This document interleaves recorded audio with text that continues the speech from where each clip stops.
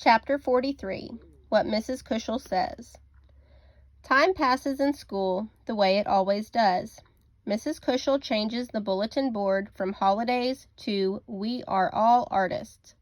Some of the snow melts, and for a while the playground is muddy and wet instead of snowy and wet.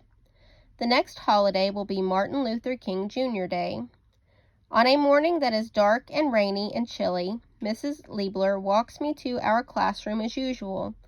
But something that is not usual is that Mrs. Cushel takes me to the back of the room as soon as I have hung up my coat and put my things in my desk. "I want to speak to you privately, Rose," she says. I wonder if I have done something that she and Mrs. Liebler will write about in the weekly note to my father. "Okay," I say, and I think about homonyms. Tide and tide. This is a new one. "I wanted to let you know that the newspaper got a call about rain yesterday." Tide, tide, dried, dried. Are you listening to me, Rose? Yes?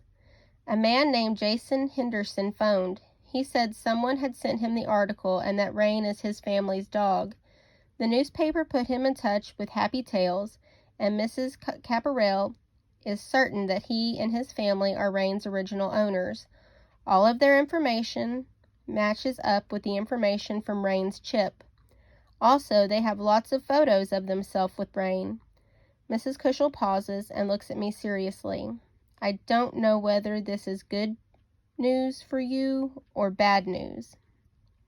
"The article worked," I say. "Yes, it did. Would you like to know how Rain got separated from the Hendersons?" "Yes." "They always took off her collar when she was in the house so that it wouldn't get snagged on anything. One day the Hendersons went out and left Rain at home alone. The neighbor dropped by to leave something in the kitchen, and Rain slipped out the door without her collar.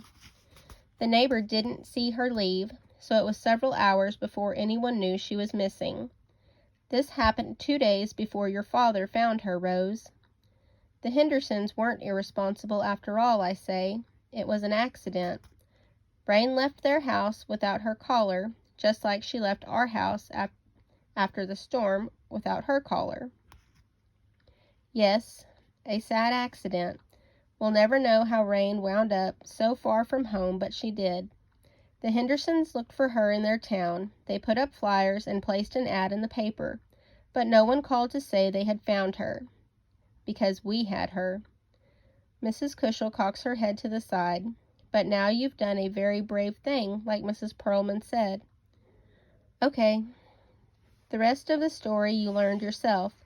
The Hendersons had to abandon their home after the storm, and they are living with relatives now. That's why it was so hard to locate them." Mrs. Cushel pauses. "They want Rain back, Rose. They love her and miss her and want her very badly." "Okay."